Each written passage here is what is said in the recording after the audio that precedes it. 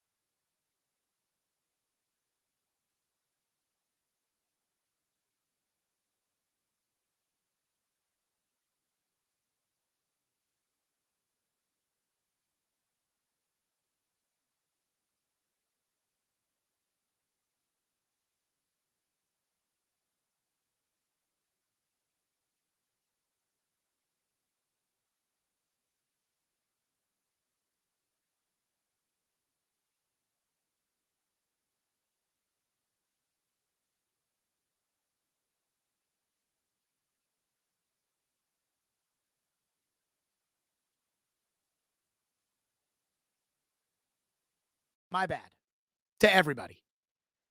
Holy crap. I apologize for that. That's on me. I put something, I screwed around with some settings or whatever. I am so sorry, everybody. My bad. I was so excited. I was rocking and rolling. It's Black Monday at Stillman and Company, presented by Hiller Plumbing, Heating, Cooling, and Electrical, here on our program on the 440 Sports Network. Damn. Sorry about that, everybody. I apologize. Go ahead, and I don't even know how I'm going to edit that YouTube video and so on and so forth. But this is what I was just starting the show off on, was I was saying, hey, hit the like button here. But also, if you're not subscribed, hit the subscribe button, because today is just the beginning as far as the off season is concerned. Today is just the beginning. And we will have the coaching search. Then after the coaching search, it will be the coaching staff. And then after the coaching staff, we'll be at the Super Bowl. And then after the Super Bowl, it'll be the Combine. And that's where all the gossip comes out. And then we'll build what I call the free agency boards. Once the guys that are going to be tagged are tagged and are not tagged, we'll build out the free agency boards. Then after free agency, we'll have the draft. And of course, we are planning here on the 440 Sports Network, the Stillman and Company Draft-A-Ganza, which I am very, very, very excited about here on the program, here on the show. So like and subscribe, and tell your friends to like and subscribe. Again, my apologies for the false start, for the delayed start going down here today. Okay. We are presented by Hiller Plumbing, Heating, Cooling, and Electrical. I just want to make sure everybody knows that. Let's get started right off of the top. And it is Black Monday. Now, it's a little different for the Titans, because we knew that the Titans were going to fire their coach because they already did it in October. So it's not as if we're in Atlanta where it's like, breaking news, Raheem Morris fired. It's not like we're in Arizona. Breaking news, Jonathan Gannon fired. By the way, all the insiders told us Raheem Morris and Jonathan Gannon were safe. I guess not. It is really sad, though, when it comes to Black Monday, that we spend the entire year, day after day, week after week, month after month, waiting and waiting for the football season. And in each of the last 2 years as Tennessee Titan fans, the season has been over by week 3. And hopefully those days are over for the Titans. And this time next year, they'll be an 8 or 9, 10 win team competing for a playoff spot. Maybe one day they'll actually be good again, and it won't be another excuse-filled year where we're having the same conversations 3 weeks into the season that we were having 3 weeks into the last disastrous season. But you never know. So let's set the board here today on the program. This morning, it was announced via the insiders that the Titans had reached out to the following organizations, or at least to the following candidates' organizations, to request interviews. Matt Nagy and Steve Spagnuolo, the offensive and defensive coordinators in Kansas City. Lou Anarumo, the defensive coordinator in Indianapolis, and Vance Joseph, the defensive coordinator in Denver. Now, Easton Freeze at A to Z Sports, who apparently, according to him, knows absolutely everything that is going on with this organization. I would say he probably doesn't, but according to him, he thinks he does. And I love Easton, but he thinks he does. He says Mike McCarthy will get an interview. Easton also says expect the list to be about a dozen names, which tracks with what we talked about on Friday when Nick Suss said on a football show that there are going to be 15 interviews, in his opinion, on the initial list. Now, you need to keep in mind, there are teams playing this weekend that you cannot reach out to until next week. So that would include Arthur Smith with the Steelers, Jesse Minter with the Chargers, Chris Shula with the Rams, Robert Saleh with the Niners, Joe Brady with the Bills, Jeff Hafley with the Packers, and I can go on and on.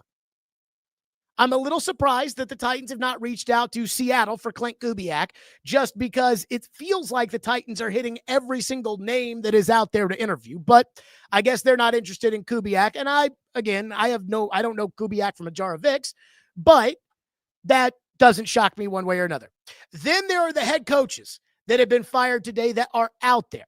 Raheem Morris in Atlanta, Kevin Stefanski in Cleveland, Jonathan Gannon in Arizona. I don't think anybody's going with Pete Carroll. You know, I love Pete Carroll, but he's kind of an old pop-pop at this point. And there is a rumor out there, though I have not seen it confirmed, or I've not seen that the Titans have reached out, but there is a rumor out there, Jordan Schultz saying this, that the Titans will interview Commanders offensive coordinator Cliff Kingsbury to be the next head coach of the Tennessee Titans. Now, I have not looked at your comments yet. Tomorrow, there will be a Mike Borgonzi press conference at 10 a.m.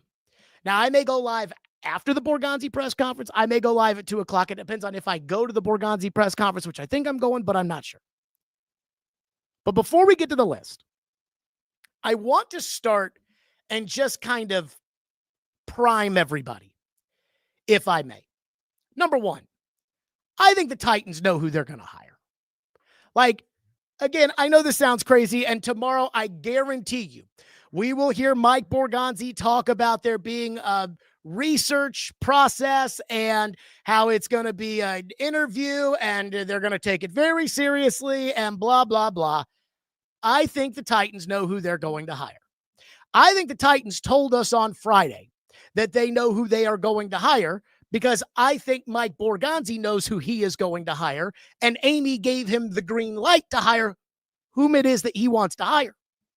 I think all of the interviews you're going to see will be done for a bunch of different reasons. For instance, I think some of it will be showing their work so that they can go to you, the fans, they can go to Amy, they can go and say, hey, we interviewed 38 candidates, so we know who's out there.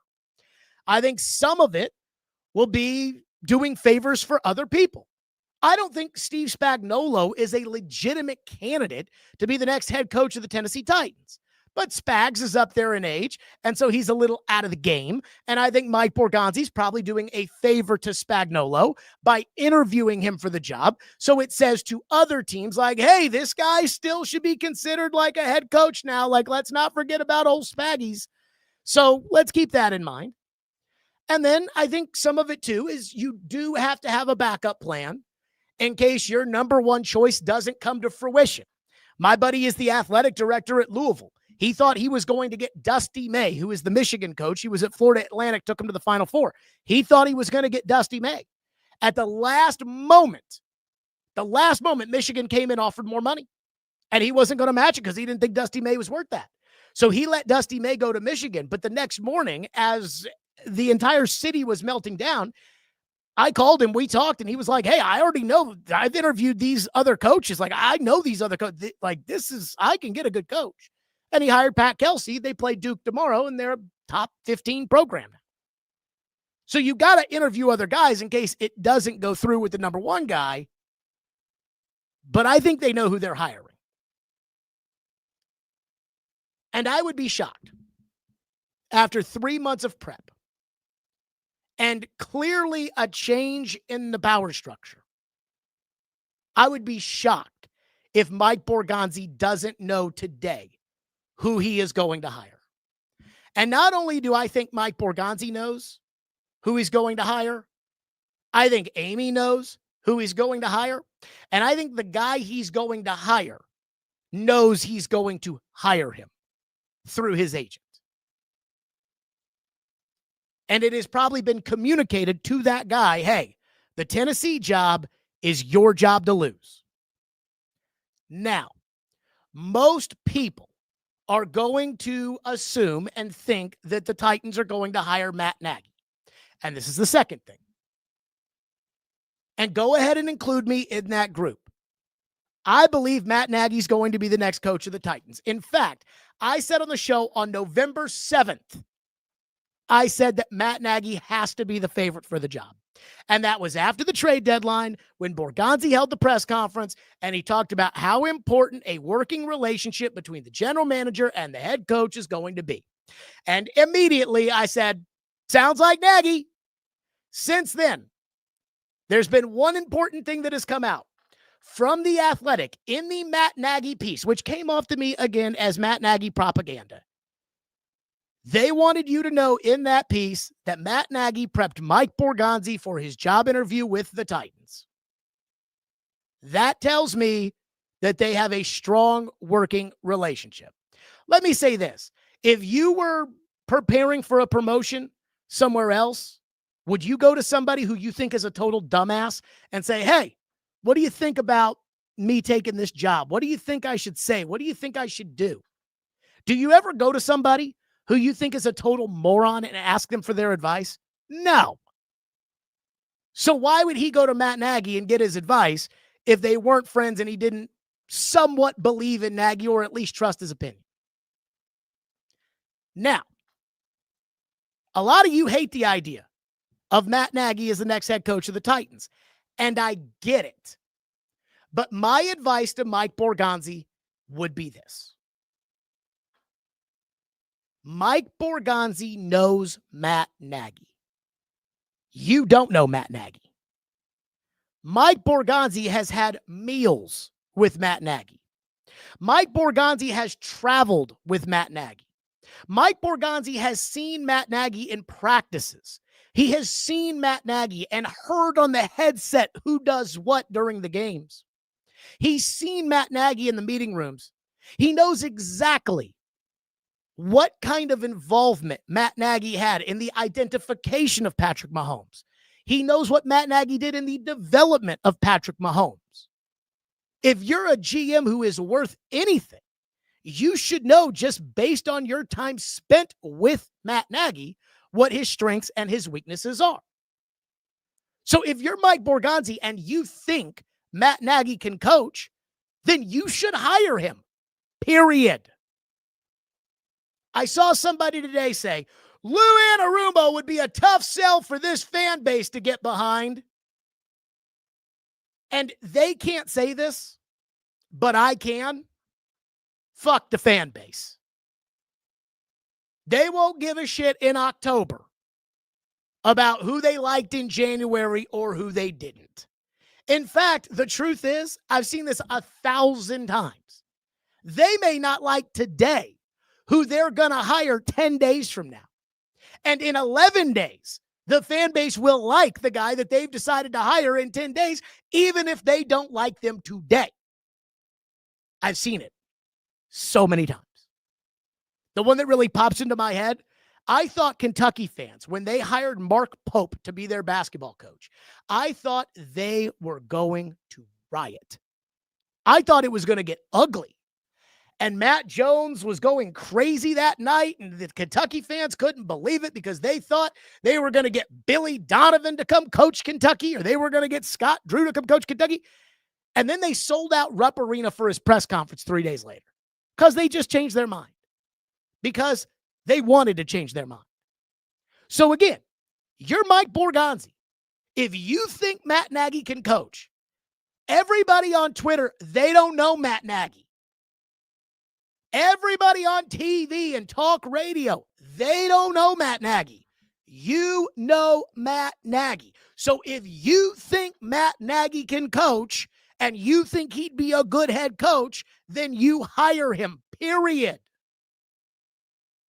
Don't listen to the fans. Don't listen to talk radio.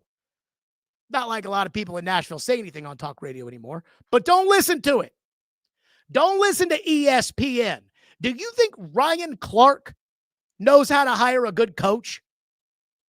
Although apparently the Dolphins think Troy Aikman knows how to hire a general manager. So don't even listen to this show. And what the fans say on this show and what I say on this show. And if you know that Matt Nagy is a good coach, then do it. And if you know that Matt Nagy's not a good coach and you think he'd be a good coordinator, but you would never risk your career on Matt Nagy, then give him an interview as a courtesy and then move on quickly. Again, you've been around him. You would know.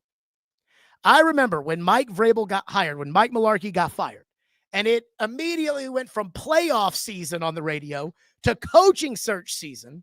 I remember the hot name that all the insiders were talking about was Josh McDaniels. And there was all this talk about how the Titans are going to want to bring in Josh McDaniels to unlock Mariota, and you'll see it and everything else. And I said to Floyd, I go, what do you think about McDaniels? And Floyd said, I don't know how Josh would be as a head coach. And I said, what do you mean you don't know how Josh would be as a head coach? And he said, well, I think he'd be a pretty good coordinator. Now, I should have been smart enough to realize that he was saying, yeah, I wouldn't hire McDaniels as a head coach. Because, again, when he's like, well, I know he's a good coordinator, but I got on him. Because, again, everybody feels like they need to have an opinion about these coaches. They don't know these coaches. I didn't know any of these coaches. But, again, I felt like everybody needs to have an opinion. Have an opinion on what you do know. And I got on it. And I said, I mean, will you say something? Will you share something? And he lit me up. On the radio that day, he said, I'll never forget it. And I loved every second of it. He goes, you can say whatever the hell you want, and nobody gives a shit. He said, if I say they should hire somebody, then it's going to be right there on the front of ESPN, and it's going to be all the talk in that facility, and I don't feel like doing that to them. I think that's unfair. And I heard that when he said it, and he was looking at me, and I'm like, you know what? The audience is probably listening right now, and they're probably thinking, you know what? He's right. He needs to let them make their own opinions and make their own judgments and everything else. But a lot of people used to get mad because the old man would sit there and he'd chuckle and he'd say, I don't know. I'd be like, what do you think about this guy? I don't know. And I'm like, wait a minute. Don't you need to know? And the truth is, you don't know these guys. I don't know these guys. I had a friend text me today who said he wanted Jesse Minter. He texted me, he's like, I think they should hire Jesse Minter, the Chargers defensive coordinator. And I said back, what do you know about Jesse Minter? And the answer was nothing. And the truth about the NFL is that it is very much a who do you know league. As, by the way, most things in life are. Who do you know? Who's worked with you? Who knows you can do it? Who? Because when you're hiring somebody you don't know, you're taking a risk. And in my life, I have hired people before, and I have taken that risk. Caroline Fenton was somebody that I didn't know. But Caroline had a very specific skill set I was looking for. Caroline had the recommendation of Jason Fitz, who I did know and who I had worked with. And I knew what position Caroline was going into, and I knew I could manage that. And then Caroline came to Nashville, and we spent an entire day together, and that's when I was like, okay, we can hire her. But even then, she could have been a total lemon. I have been involved in hiring people where I didn't really know them, and I'm like, yeah, okay, I guess I'm fine with that. And then it's like, wow, this person's lazy, this person's stupid, get them out. And so it is a who do you know league. So if you know Matt Nagy is a good coach, well, that's what they pay you to decide. They pay you to decide who's a good coach. So fuck what everybody else says. Who gives a rat's ass what you think about Vance Joseph from when he was the head coach of the Denver Broncos 7 years ago? And that's my message to the fans. Stop pretending like you guys know anything about these coaches other than their resumes. You don't know how hard they work. You don't know any of these guys from a jar of Vicks. You know what I realized very early on Brian Callahan couldn't do? Brian Callahan could not think critically or pessimistically. When he was the head coach of the Titans, everything was positive. Positive, positive, positive. Will Levis is a franchise quarterback. Remember the quote he told Albert Breer? I told Rand do the work, but I don't think any of these guys in the draft are as good as Will Levis. Yeah, you mean like Drake May? Positive, positive, positive. That's it.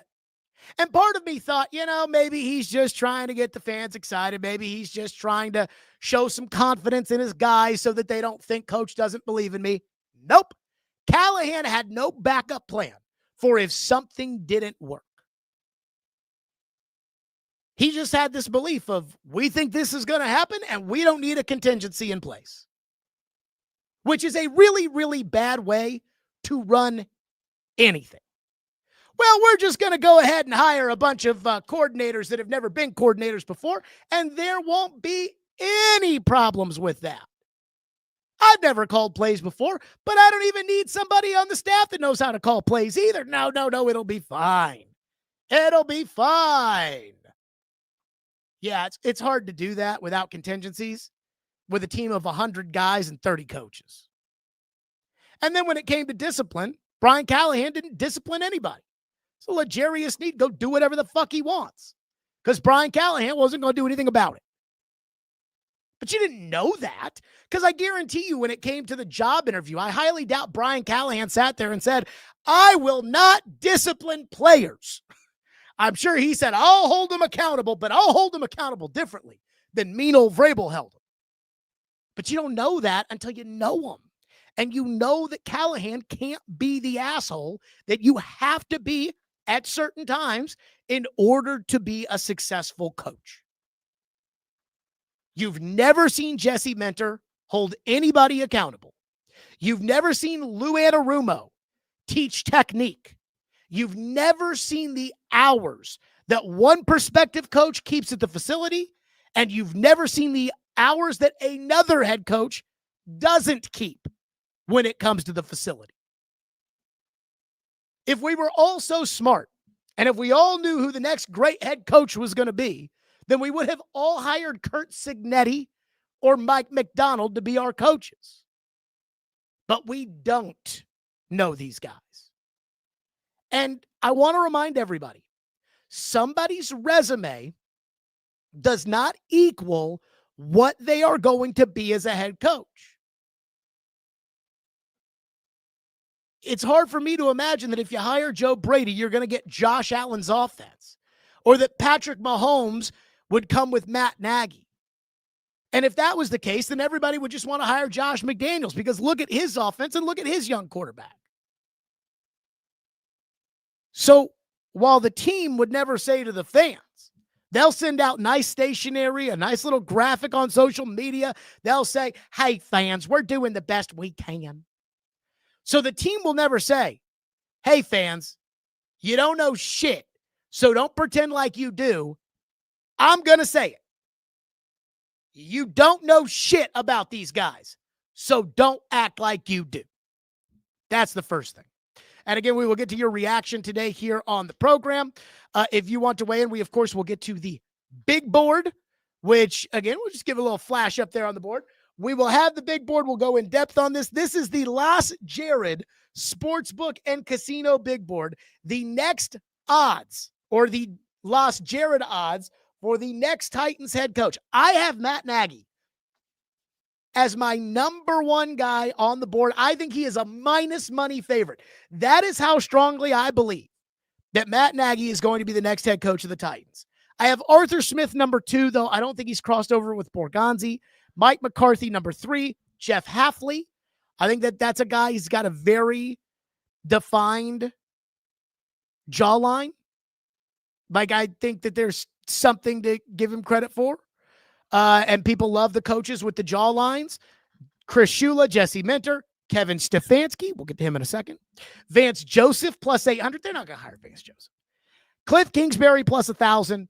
John Harbaugh Keep him in mind. John Harbaugh plus 2,500, and then Matt LaFleur, who, again, the insiders, they can't say he's for sure going to keep his job in Green Bay. Matt LaFleur at plus 5,000. All right, let me tell you about Hiller Plumbing, Heating, Cooling, and Electrical. I love Hiller. They take great care of my home. They can do the exact same for you. That's right. Hiller has been in business since 1990. They are family owned and operated with 100% satisfaction. Of the happy you'll be, your service is free. If a customer is not pleased with the work performed, Hiller will make it right. And I know that they'll do this, and I know that they'll do it well because I use Hiller at my home. I love Hiller. Again, they've got professional, experienced, trustworthy technicians that come into your home and they leave it clean and better than they found it. Care is the core value. They believe that when they care about others, everybody wins, and they'll take care of the customer on every job, every time. That's Hiller Plumbing, Heating, Cooling, and Electrical, proud supporters of the Nashville Predators, the Vanderbilt Commodores, and the Tennessee Volunteers. That's Hiller. Call the Happy Face Truck today. Okay, number 2, on the coaching front. All eyes are now on Baltimore. And who knows what is going to happen in Baltimore with John Harbaugh. Because last night, I thought Baltimore was, just on paper, the much better team than Pittsburgh. There is clearly drama between John Harbaugh and Lamar Jackson, and I don't know who's going to win that fight. Traditionally, the quarterback wins the fight with the coach. The problem is Lamar's going to need a new contract, and Lamar wants a fully guaranteed deal, and I don't know if the Ravens, with Lamar's play style and the way that Lamar takes hits and his age, I don't know if the Ravens are going to offer Lamar Jackson a fully guaranteed $300 million contract. So there's a lot to unpack there. Now, I don't know John Harbaugh. Now, I used to work with somebody who played for John Harbaugh. And so if we were talking John Harbaugh, his opinion would matter to me. But I don't know John Harbaugh any more than his reputation. But his reputation is so solid that if I was making the call on who to hire as a coach, I'd have to do a lot of digging when it comes to John Harbaugh. Now, that said, I'm not sure John Harbaugh would pick the Titans. The Titans have a dysfunctional owner that fires coaches, very volatile. They have a bad roster, and I don't think the general manager, who just gained control of the operation on Friday, is going to be willing to cede power to the coach. And we talk about this all the time, about coaches that run the operation, which John Harbaugh does not do in Baltimore. But John Harbaugh has earned the right that if he's going to take your shit job, you better let John Harbaugh do what he wants. John Harbaugh gets to hire his coaches. John Harbaugh, for the most part, gets to pick the players. If John Harbaugh, if you want this running back because and John Harbaugh says no, you cannot go to John Harbaugh and say, well, you need to coach him anyways. And I don't think Mike Borgonzi wants that out of his coach. I think Mike Borgonzi wants his coach to say, I'll coach whoever you tell me to coach. I don't know if you guys saw this, but John Elway did a sit-down with Shannon Sharp on Club Shay Shay, which, by the way, I do wonder if there's going to be another Club Shay Shay party at the Super Bowl this year that Caroline and I will go to, dressed in Walmart clothes. But John Elway told Shannon Sharp his biggest regret as general manager of the Broncos was not taking Josh Allen 4th in 2018. And if you remember, Allen went 7th, and they took Bradley Chubb. And it's easy to say, like, I should have taken the guy that's going to go to the Hall of Fame. But Elway's logic was, I really liked Josh Allen. But Vance Joseph and the coaching staff, they really liked Bradley Chubb. And Elway was like, it's so tough when these guys got to coach them to sit there and say, like, hey, I know you don't like this guy, but I'm going to take him anyways. Now, let me just say, I worked with a former general manager. I am friends with several other general managers. And even what Elway said when it came to Josh Allen and the decision not to take him. And this is another just piece of advice for Mike Borgonzi, who's never done this before. I asked Mark Dominic. I said before the draft in 2024, when we were talking about Joe Alt. And if you remember, Mark Dominic was obsessed with Brock Bowers. Just thought Brock Bowers was, I remember he said, if Brock Bowers is there at 7, you take Brock Bowers. It is a slam dunk Stockton to Malone. And I said to Mark Dominic, who I consider a friend and who I worked with at SiriusXM at the time, and he came on my local show, and I said to him, I go, okay, you're the general manager. And Brian Callahan and Bill Callahan are telling you we have got to take Joe Alt. Joe Alt, Joe Alt, Joe Alt. We have to take him. But you look at him and say, sorry, taking Brock Bowers. And Mark Dominic said, when I was 38 years old and a first-time general manager, I probably would have tried to make it work. At 50 years old, I'd say, no, we're going to take Brock Bowers. We're going to do things my way, and then we're going to figure out the rest later. Floyd had a similar story, a second-round pick in 96, Bryant Mix out of Alcorn State. The Titans took him. He was a defensive lineman. Floyd told me all the scouts loved him. All the coaches loved him. He watched the tape. He just didn't see it. He's like, I don't get it. But Floyd thought if all the scouts and if all the coaches think that Bryant Mix is really good, then it must be me who's not seeing it correctly. He drafted Bryant Mix in the second round. Bryant Mix was a bust. And he learned that lesson right then and there. I ain't taking your players. I'm taking the guys I want. So if you go out and you get John Harbaugh, that's something you got to remember is you can't say, hey, John Harbaugh, I'm getting you the players. You just fucking coach them. Because when you have that discussion about how decisions like that are going to get made, John Harbaugh ain't going to say yes to that. So I think, I don't know what's going to happen in Baltimore as far as Harbaugh is concerned. But I do think when it comes to Harbaugh, it's very unlikely that he would come to Tennessee based upon the state of the organization and the office politics that are going to be in the mix. So that's one thing that I would say, I know everybody wants to talk Harbaugh. And look, Harbaugh has a sterling reputation. I don't know Harbaugh. So I'm not going to tell you, Harbaugh would be a great coach because he's a great leader of men. That is the reputation. That is what people seem to think. And I don't know if Harbaugh would win here or not. But it does bear watching. And I would say that if Harbaugh were to leave Baltimore, he probably jumps to the top of every single team. And they'd say, hey, we got to bring this guy in on an interview. We got to sit him down. We got to talk to him. We got to go over John Harbaugh. And maybe there's a team out there that would give John Harbaugh total control and would say, hey, the general manager works for you. I don't think that'd be the Titans. And let's also remember, the Titans were paying, reportedly, Brian Callahan $3 million. You want John Harbaugh, that's going to cost you more than $10 million a year. I don't know if they'd be able to do that. Okay. The one name that I just don't have very high on the Los Jared next Titans head coaching odds that everybody's going to want to talk about. I could talk all day about Matt Nagy. I think we can talk all day about Matt Nagy. Arthur Smith, there's something that's not right when it comes to the Arthur Smith thing. I mean, Arthur Smith is true blue Tennessee Titans, inside and out. He got his start essentially here. He became a big boy coach here. He became a coordinator here. He became one of the hottest coordinator head coaching candidates in the NFL with the Tennessee Titans. And it doesn't seem like the Titans are interested, but again, we don't know. And I don't know how well Borgonzi knows Arthur Smith or doesn't. McCarthy is probably, again, without pretending like I know Mike McCarthy, McCarthy is the safest choice on the board.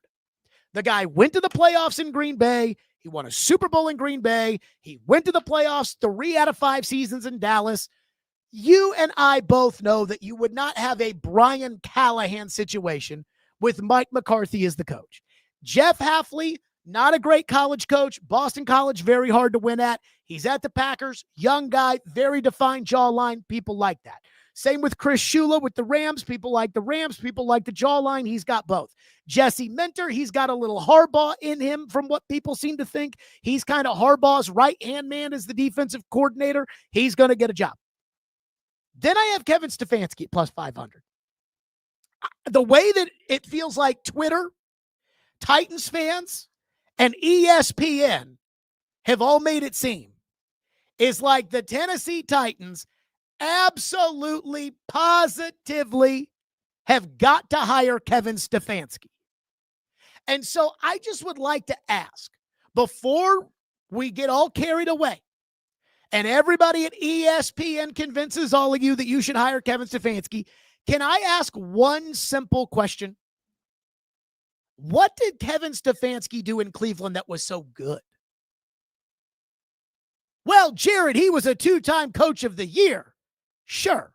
But as the head coach, I don't care what his own personal accolades are. I want to know what the team did. They didn't do anything in Cleveland.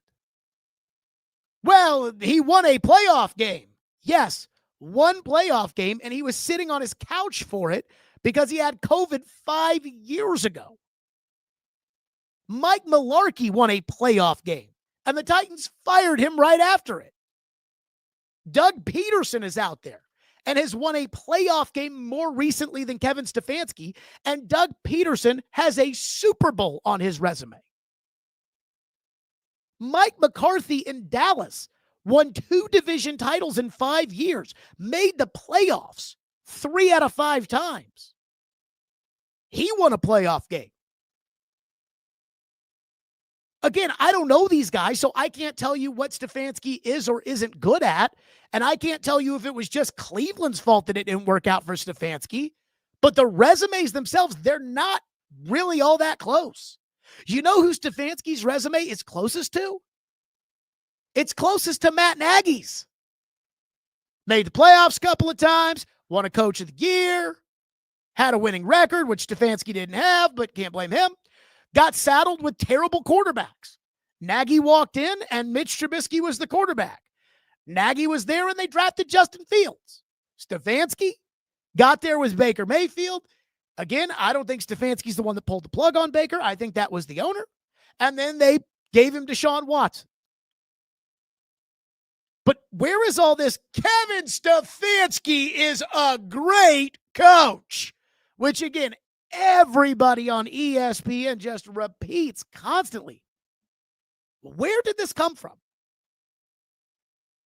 Like, what did Kevin Stefanski accomplish in Cleveland that says you have to hire this guy? Because he won Coach of the Year? Jason Garrett won Coach of the Year. You want to go hire him? He's available.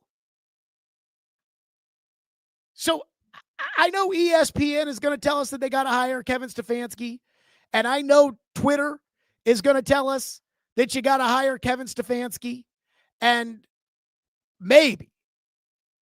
But somebody's got to explain to me why they love Kevin Stefanski so much more than they love Mike McCarthy.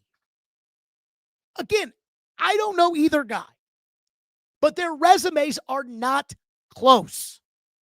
Stefanski has one playoff win that he didn't even coach. McCarthy has a bunch of playoff wins. McCarthy has coached Hall of Fame quarterbacks. What are we doing here? One guy says he won Coach of the Year with the Browns. Part of the reason that he won Coach of the Year is because it is the Browns. When you do anything with the Browns, it's like, wow, he won a game with the Browns. Give him a gold star. Matt Nagy won a bunch with the Bears. He was Coach of the Year. You people hate Matt Nagy. So I don't, again, I'm not saying he's a bad coach. I don't know him. But I don't understand why he's vaulted to the top. Oh, my God, Stefanski, he's so good. Because 5 years ago, with Baker Mayfield at quarterback, they won one playoff game? I can't follow that. Like, I'm sorry. I cannot. I don't do that one. And then the other one is Cliff Kingsbury.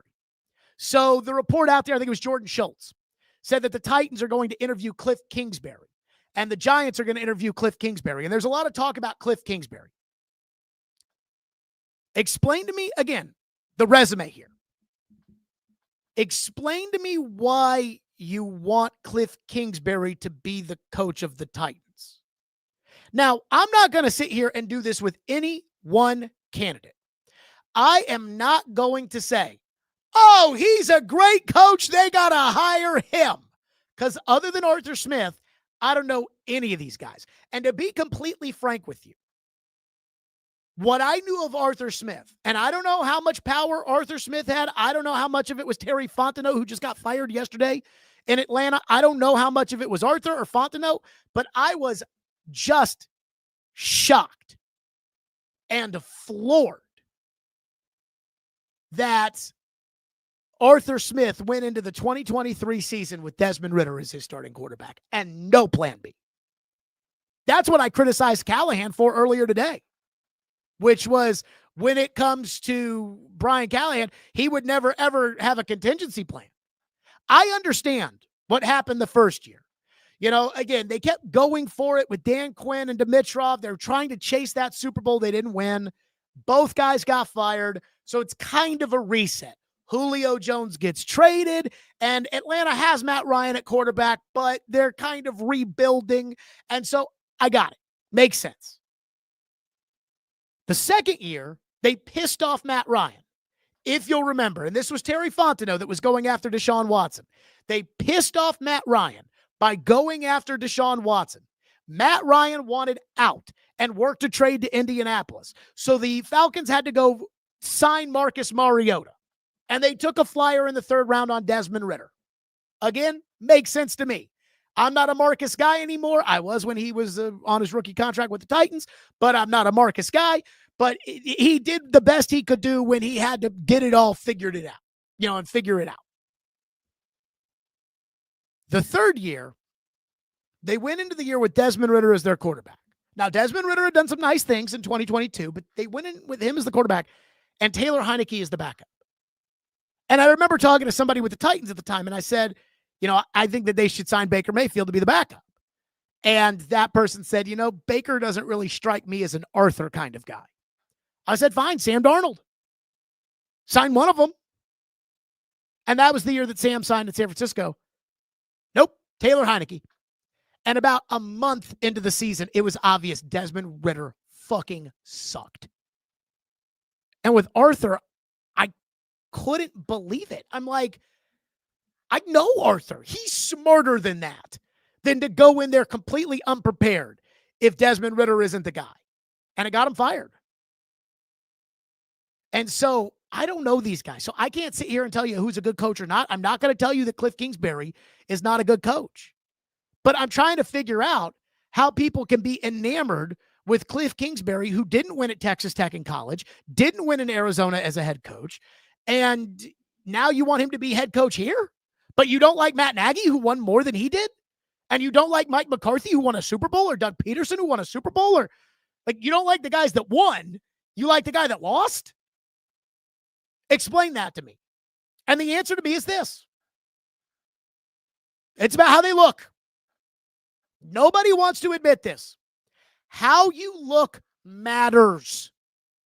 Everybody wants McVay and Shanahan and Kevin O'Connell. And those guys all look the same. They are fit. They have defined jawlines. They got nice beards. I mean, they're good-looking dudes, just like Cliff Kingsbury. Matt Nagy, he doesn't look like Kyle Shanahan. Mike McCarthy doesn't look like Cliff Kingsbury. Mike McCarthy's resume absolutely dwarfs Kevin Stefanski's, Cliff Kingsbury's combined. But does he have the look? I'm telling you, that stuff matters. It matters. People don't like to say it because it makes them uncomfortable to say, like, hey, this league, they don't like hiring fat coaches. But it is true. They want the good-looking coaches. It matters. It plays a role. It absolutely plays a role. So I cannot get on board with this Stefanski love affair, and I cannot get on board with this very small Kingsbury love affair. But you've got to explain to me, and I'm fine with interviewing them, but you've got to explain to me what separates them from the coaches that have won before. Well, Stefanski was at the Browns, and McCarthy was in Dallas. Dallas is dysfunctional. Look at what happened with Micah Parsons this offseason. When Mike McCarthy was there, Jerry Jones claimed that they were going to go all in and then didn't spend a single dollar in free agency and spent the entire offseason negotiating in bad faith with CeeDee Lamb and Dak. I mean, if you can handle that, like, okay. But that's, again, Stefanski, I don't see where you guys fall in love with Stefanski, and Kingsbury, I don't see how you could even look. I mean, again, Matt Nagy's resume craps all over Kingsbury's. Kingsbury's resume is terrible. Just terrible. So let's hit on the Cam Ward shoulder thing, and then we'll get to your reaction here today on the program. So all the national guys, Schefter and Rappaport and all those guys, they're reporting that Cam Ward doesn't need surgery. And there were a lot of Titan fans that were like, yay, Cam doesn't need surgery. And so yesterday I talked to my doctor friend who works on NFL players, including players on the Titans. And by the way, let me just say this. My doctor friend who works on NFL players and works on players on the Titans does not have a very high opinion of the Tennessee Titans medical staff. Let me just say that. So I sent him the Adam Schefter tweet, which said, test today on number 1 overall pick Cam Ward's shoulder showed that he has a sprained AC joint, but doctors do not believe that he needs surgery as he heads into the start of the offseason. And I sent it to my doctor, and I said, what do you think there? And he said, quote, that it's not a grade 3, unless they're trying to do the same thing they did with Levis, which honestly wouldn't surprise me with them. I know John Elway played with a grade 3, but it is stupid not to fix it over the offseason if it's grade 3. He said, if it's grade 3, it would be one thing to not have surgery if he was a defensive lineman, but for a throwing shoulder, it is stupid, especially for the long term.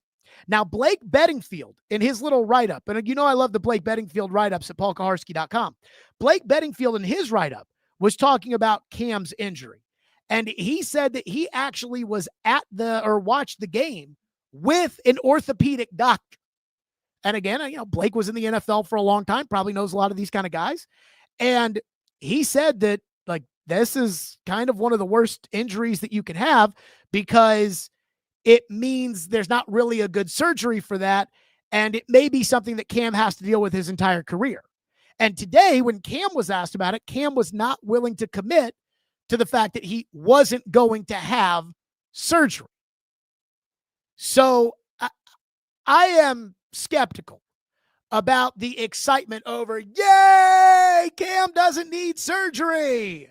Because again, the doctor I'm talking to is very skeptical of the Titans medical staff in general. And again, he says if this is a grade 3, and yesterday they were reporting grade 3, if it is a grade 3, he has to have surgery. What Blake wrote at paulkaharski.com was, he said, quote, I happen to be with a world-renowned orthopedic surgeon after the game, and he mentioned that a grade 3 sprain is a tough injury for a quarterback on his throwing shoulder. He also mentioned that there isn't a good surgery for that injury, and that if he is left to just heal, he may wind up dealing with pain in the shoulder throughout his career. Not something you want to hear about the future of your franchise in Week 18. Make of that what you will. So it sounds to me like it wasn't a grade 3. And that's good news. I hope. I do love how TDG is like, Cam definitely needs to get a second opinion. I mean, even now, I think all of us are like, yeah, we don't trust Titans. I'm sorry. Jim says Cam sounded somewhat unsure if the diagnosis is final. Yeah, Cam was not ruling out surgery today. Look, I do think Cam is smart. I think some of the things Cam says rub me the wrong way, but I do think Cam is smart in general. Cam's going to get a second opinion. I hope. I hope he's that smart for whatever that's worth. All right, let's get to some of your reaction here today on the program. Boy, isn't this fun? It's like We wait and we wait and we wait and we wait for the football season. And then the Titans are so bad right away that it's like, okay, we wait and we wait and we wait for the offseason. And now the offseason is here and we have a coaching search to talk about. And we get all excited about that. One person says Zach Taylor should be fired. I agree.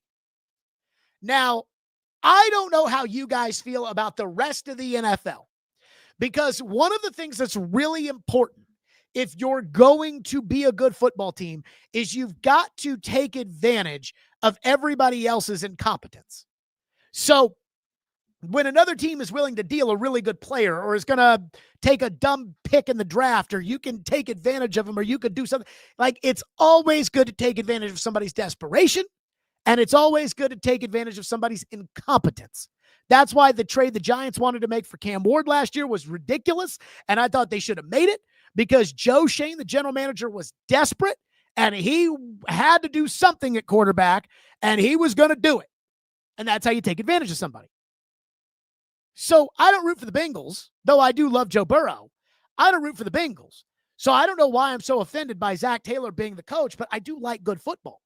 Like, I'm very excited about the weekend that we're going to have because I think Wild Card Weekend is absolutely stacked. And I'm sitting here saying, my God, how long are they going to waste Joe Burrow's prime and continue to get him hurt and waste the best receiver in the NFL and probably the best number 2 receiver in the NFL? And they've got a first-round tackle and they've got a billion-dollar tackle on the other side. Like, let's go, Cincinnati. I enjoy it when Cincinnati's good and they're on TV and they're in the playoffs. They're entertaining. And yet they're going to keep this numbnuts loser as their coach? And that's what he is. Zach Taylor is a total numbnuts loser. And if you watch the quarterback series, you can tell Joe Burrow doesn't respect Zach Taylor. Jamar Chase was asked yesterday about Zach Taylor, and he was like, I'll just say that I'm confident in what I can do.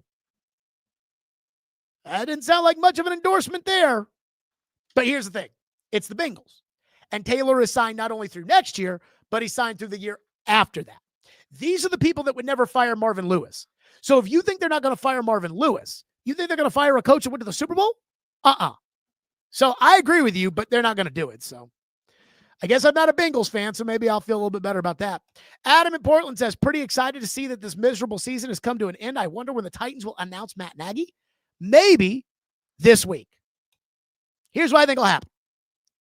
I think the Titans will have 6 or 7 interviews this week. Again, on Wednesday, that's when they can start talking to coaches who have been eliminated. I believe tomorrow they can start talking to bye-week coaches. They're going to interview about 5 or 6 coaches, 6 or 7 coaches this week. The next week is when they can talk to the coaches that are coaching during the wild card round. And so they'll talk to them. And that'll be on Zoom. And that'll be with Brinker and his staff.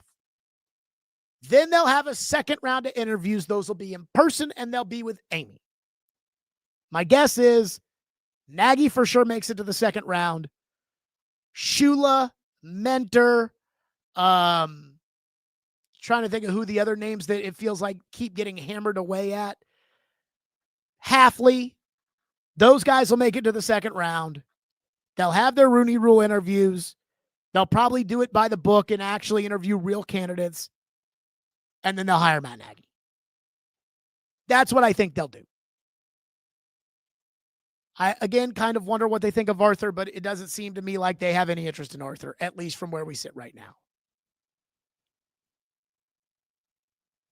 One guy says, from the sounds of it, I know Mike said he would like to stay with the current staff and organization, but I don't think that's the case because it sounds to me he isn't even interested. Which Mike are you talking about? Mike Borgonzi or Mike McCoy? I listened to Mike McCoy's press conference today. I think Mike McCoy did a great job as an interim coach of putting lipstick on a pig every week. And I thought he did a fine job of keeping it together for most of the season. I know you guys hated him, but I thought Mike McCoy was fine. Mike McCoy was asked if he wanted the full-time head job. He said, that's above me, but I love this job and I loved, coming every day. I thought he had a very, very classy press conference today, and I hope that's the end of that. The way it's not the end of that is if they get turned down by everybody, and then Amy just says, well, I'm comfortable with him, or Doug Peterson gets into the mix, which there's not even a whisper about Doug Peterson around here. But if Doug Peterson gets into the mix, then McCoy could stay on the staff. But I got a feeling that ship has probably sailed. Adam in Portland, boy, he all worked up, said Callahan was a Nepo baby, but in all honesty, his dad kind of sucked too, but we kept hearing about how awesome he was. Glad they are both gone and hope the next coach knows the basic rules. So I heard Cam today talking about accountability. Kept bringing that up about, hey, what do you want in a coach? And since it seems like Cam is going to be picking the coach anyways, I guess it's fair enough to say, hey, let's talk about accountability and, let's ask Cam what he thinks. And Cam was really highlighting, hey, it's up to the players to set the culture, but the coach is the one who has to keep it in check. And what I'll say on the Cam front, as far as the head coach is concerned and a culture guy, and it sounded to me like Cam certainly was not endorsing Mike McCoy for the job. But it felt to me like Cam realized, you know what, we can't have a nice guy around here. Like we have to have somebody who gets up in people's asses. That's coaching. That's leadership. Brian Callahan couldn't do it. And I said that. And when he rolled out the Pee Wee program, let me tell you just how fucking sad and stupid that whole thing was. He rolls out the Pee Wee program. I think I can say it because he's been fired. After he rolled out the Pee Wee program, I remember the day that he said it in a press conference. And he said, I spent all offseason thinking about how we were going to make things more competitive around here, how we were going to not have the problems we had last year. So we're going to have these competitions that are going to be, we're going to separate the players and we're going to have these teams that are competing with one another. And and I thought, holy shit, this is pro sports. And he's going to go that route. He brought in the local media and sat them down and kind of had, okay, so here are the teams and here's the point structure and I wasn't invited to this, but I heard about it. And I'm like, this guy cannot put his foot up anybody's ass. He's going to try to play a game in order to try to substitute for the fact that he can't put his foot up somebody's ass. If you can't put your foot up somebody's ass, you can't be a head coach in the NFL. And I think that's what Cam was hitting at. That's what they need, is they need someone who can stick his foot up somebody's ass. You don't have to stick your foot up somebody's ass every day. Curt Cignetti, I think, is very positive when it comes to how he treats people. But I think I've seen enough of Indiana football to know Cignetti can put a foot up that ass now. And so for me, that's where I'm like, all right, well, I don't listen to what Cam wants as a coach, but I do think that that's important that they have at least a little bit of accountability, or at least good at holding people accountable. That's more important than what kind of scheme you have. One guy says, I'm done with the coaches who have coattailed off of MVP quarterback play. The Adam Gase tree has been exploiting Manning and the Broncos to this day. Give me a guy who has done more with nothing. All right. So, when you talk Adam Gase tree, you know who you are not getting, because you're like, oh no, I don't want anything to do with this. I don't want. You just lost Ben Johnson. How's it feel? Here's the deal. In order to get jobs in the NFL, you have to win somewhere. Nobody just hires a guy that, they were 0-16 and they were 0-17 and then we hired them. Nobody is hiring Nick Holtz to be their head coach. And you would think that it would be insane for somebody to hire Nick Holtz as their head coach. How do you win in the NFL? Traditionally, with great quarterback play. That's how it works. You want the guy who's done more with less. That's Matt Nagy. Matt Nagy went 34-31 and made the playoffs twice with Mitchell fucking Trubisky and Justin fucking Fields as his quarterbacks, and both guys fucking stink. That's doing more with less. That's what that is. People talking about, I want a guy that does more with less. I don't want a guy that's worked with Patrick Mahomes. Okay, well, how about the guy that won with Trubisky? Went 12-4 with Trubisky. Adam in Portland says the Jaguars GM looked like he's 14 years old and made a home run hire. We have to get this right. The Jaguars general manager did not make that hire.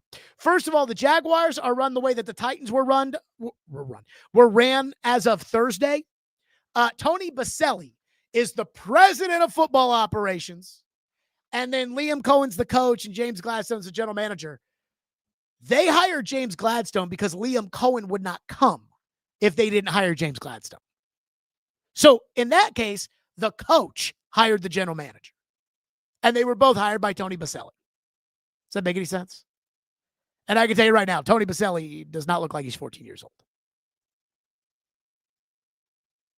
Wow, TDG says he's good with Nagy.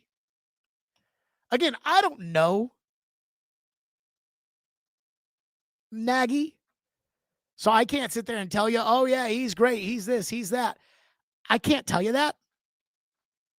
But I do think that Matt Nagy gets a bad rap. And I think it's because in Chicago, it's like coaching the Jets.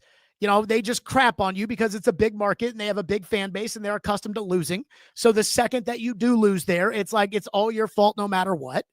And I think part of that is why he's got some of that bear stink on him. And I think part of it is because he's ugly.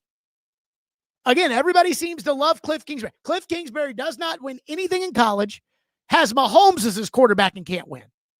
Then he goes to the NFL. He's in Arizona, can't win. Then he gets the coordinator job in Washington. They get to an NFC title game, and all of a sudden, it's like, Cliff Kingsbury is the man because he's good looking. Nagy, I think, doesn't get the benefit of the doubt because he's ugly. I hate to say it. Dave says, can you announce the soon-to-be Matt Nagy hire in the Mike Borgonzi accent? You know, we did a really, really deep search. And when we did that deep search, you know, it kept coming around back to Matt. People are going to say that we're hiring Matt because I know him from Kansas City. And yeah, I know him from Kansas City, but Matt's the kind of guy who I've always thought of was a great coach. When I'd see it every day, I knew he was a great coach. When I saw what he did with Pat, he's a great coach. What he was able to do in Chicago under some very, I think, very difficult circumstances, which is what he's probably walking into here. I think he's a tremendous coach. So for me, I just felt like this was the best step for the organization. Someone said, what about the Miss Amy voice? All right, this is the last one. I have said for the last 4 years that the Titans fans should be expecting a team that can compete on the field for championships and compete very soon. And for 4 years, I've been fucking wrong about everything. Whether it was the decision to hire Rand or to fire Vrabel and promote Rand, and then the decision to promote Chad, and then the decision to hire Brian Callahan, and then the decision to stick my son-in-law in all of the business aspects of the football team, and then the decision to fire Rand but keep Chad and keep Brian Callahan, and then the decision to essentially demote Chad. Well, not essentially, to demote Chad. And eventually I'm going to fire him too. I just didn't do it on Friday because I didn't want people to think that I'd fired somebody else. But I believe that Matt Nagy has what it takes for our organization to make Titan fans proud at the new Nissan Stadium for years to come. Tighten up. How about that? I feel like such an asshole when I do that. Oh my goodness gracious. Just it's unbelievable. I do want to talk for a second, if I may, about the playoffs. Can I just say something? I fell asleep last night during the Ravens and the Steelers game. I fell asleep. So Lindsay wants to watch some bullshit show on Netflix. I don't know. It's about kidnapping. They all got British accents. She asked me if I wanted to watch it. I said no. She got mad at me because I didn't want to watch it. But so Lindsay's watching her show. And I was watching Sunday Night Football out in the living room. And then at halftime, I was like, okay, I'm getting kind of tired. So I went into the bedroom and I had my phone. I had the game on my phone. So I'm watching the game on my phone and I got headphones in because Lindsay's watching her Netflix British show. And I'm looking at my phone and I'm watching or whatever. And I fell asleep. And so I wake up. TV's off. So Lindsay's turned off the TV. My headphones are in. The game's clearly over. And with YouTube TV on the phone, it's like kind of hard. Like you got to So I go back and it's 3rd and 7. And I'm like, wow, the Ravens, like they are on thin ice. And I see the 3rd and 7. It's incomplete. So now it's 4th and 7. I see the Isaiah Likely catch. And I'm like, oh my God. And so I'm watching it, 4 hours after it happened. And then the YouTube TV on my phone just gives me this little circle. Like it's just a circle. And I'm like, go, good, what happened? So then I tried to, just like keep my finger there so that it would like refresh on its own. And when I did that, it was already on Sunday night post game. And I had to go to ESPN and saw they missed the kick. And I was like, no way. No way. Baltimore should have blown out Pittsburgh. And again, I didn't watch whole games, so I can't give you the breakdown of it. Baltimore should have blown. Baltimore is a better team. Baltimore has better players. Baltimore should have blown out Pittsburgh. It is a travesty that they did. But you ain't never going to see me. A man who had his heart broken for the first time by the 2000 Baltimore Ravens. I did not go to school in the 5th grade. I did not go to school for 2 days after the Titans lost that AFC divisional game to the Ravens. That was my first heartbreak in life. That was my first, can't get out of bed, can't eat, can't think about anything else, don't want to talk to anybody about anything else. That was my first heartbreak in life. I didn't even know what that feeling was when it happened. So if you think I am ever going to feel any sympathy for the Baltimore Ravens, you are out of your mind. But it was crazy. It was crazy. And I got to tell you, I am excited about the first round of the playoffs. Now I'm going to Florida on Wednesday. We may or may not do a Friday show. I will be doing a Thursday show from Florida, which, by the way, it's much nicer to be doing an hour-plus podcast than doing a 4-hour radio show from the beach, because when you do a radio show from 3 to 7 at the beach, it's like, fuck. And then you got to prepare for the show, and you prepare for this show too, but it's not 4 hours. So it's like, yeah, all right, we'll be doing the show from the beach, but I'll be in Florida this weekend, and I am so excited. I rented a cabana at the resort with a TV in it so that I can watch on Saturday at the beach. I can watch the early game. But although that one's not on Prime. I got to figure out in this hotel how we're going to get Prime Video on the thing. We'll figure it out. But I'm excited. This is the year where I don't know who is really, really good. I don't know who's going to win the Super Bowl. I don't know who the best teams are. I don't know. Buffalo at Jacksonville. Jacksonville hasn't lost in 2 months. Jacksonville looks like a freaking wagon. But are you going to pick against the Bills? You pick against Josh Allen? San Francisco goes on the road. They got to fly across the country and play the defending champs. Phillies look like dog shit lately. But, again, it may snow there. It may. Vrabel hadn't played a good team other than the Bills in months. We'll see that one.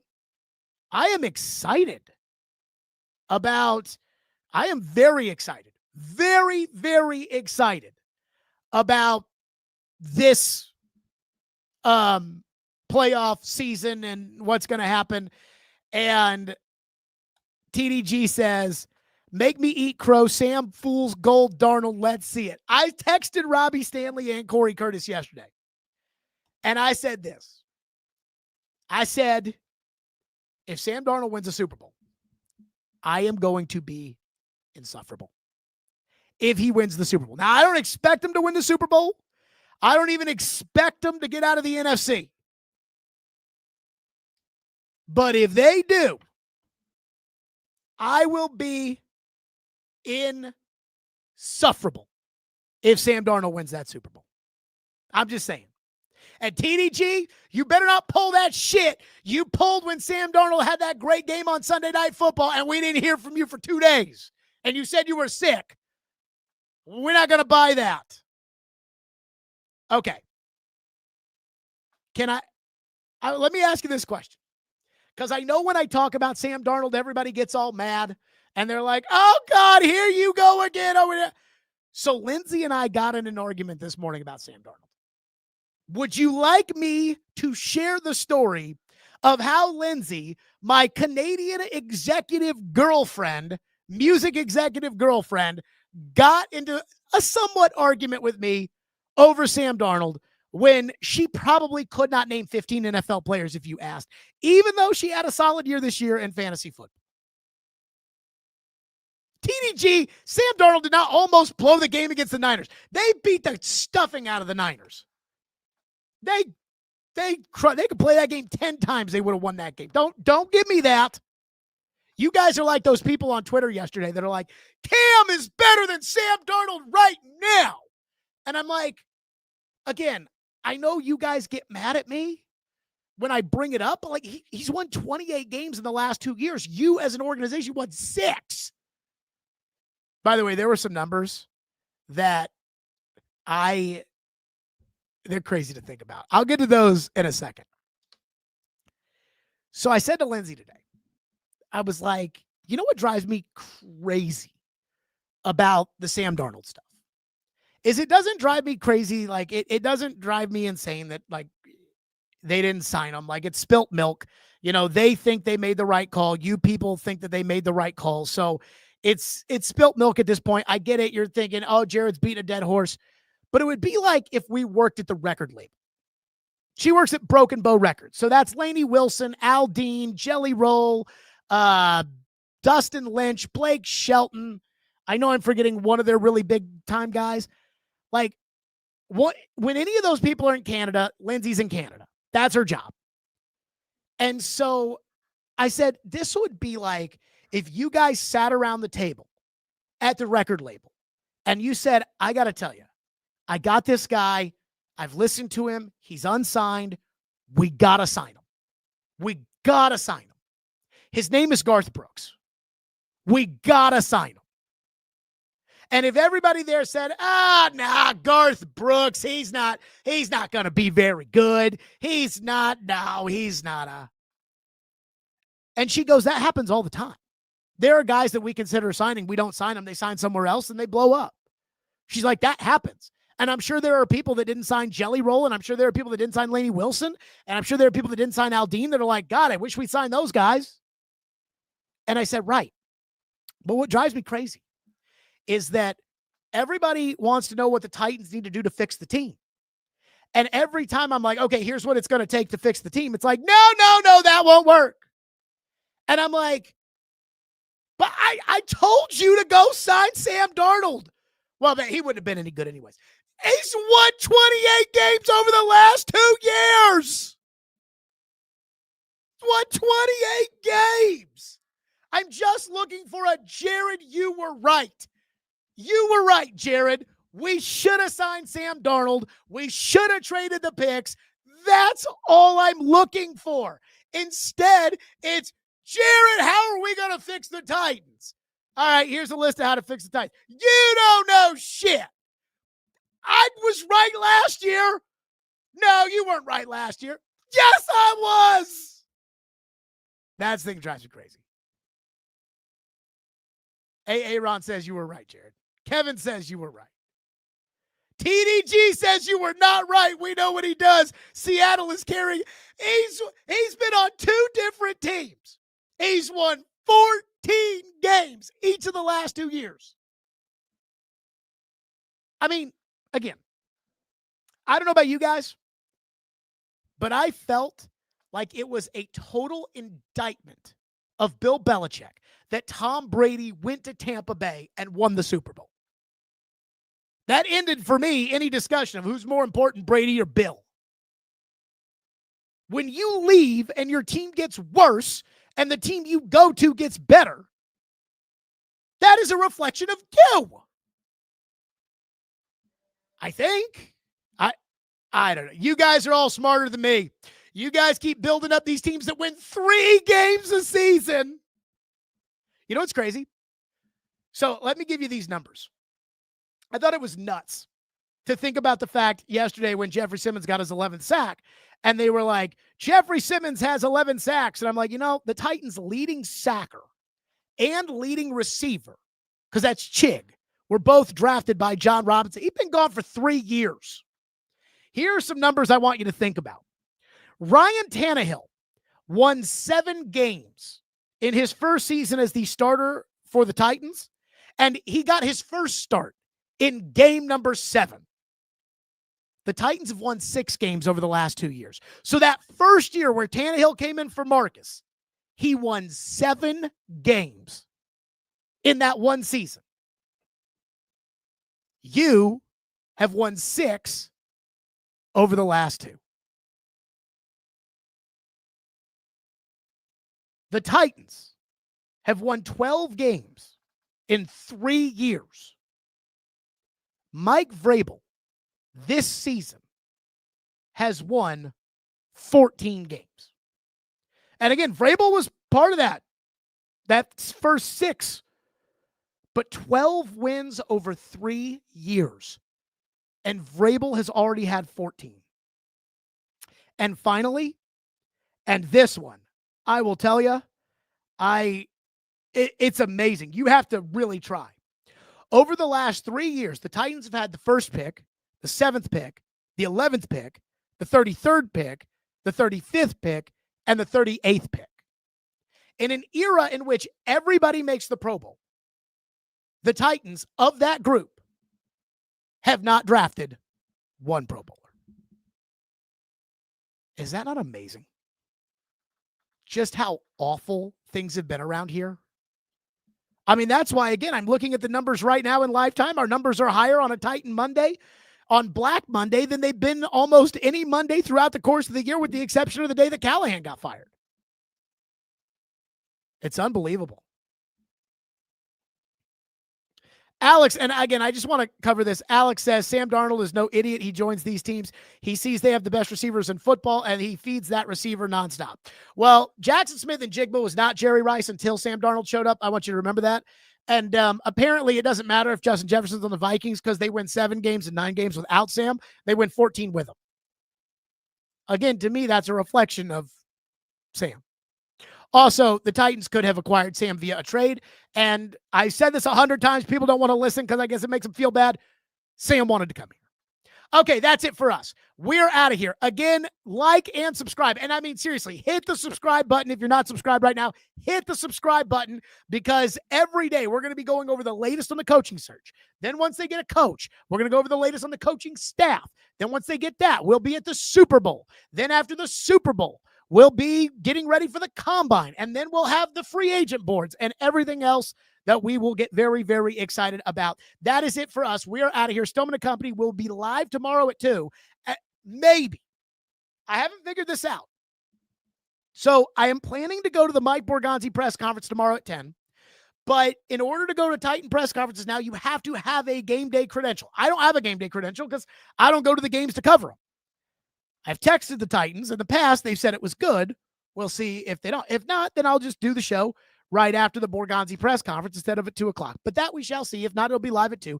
Like and subscribe. See you then. All the stuff. Stillman & Company. Enjoy the coaching search, because you didn't really get to enjoy the season. We'll see everybody. Have a happy Black Monday. We'll see everybody live at some point tomorrow here on the 440 Sports Network.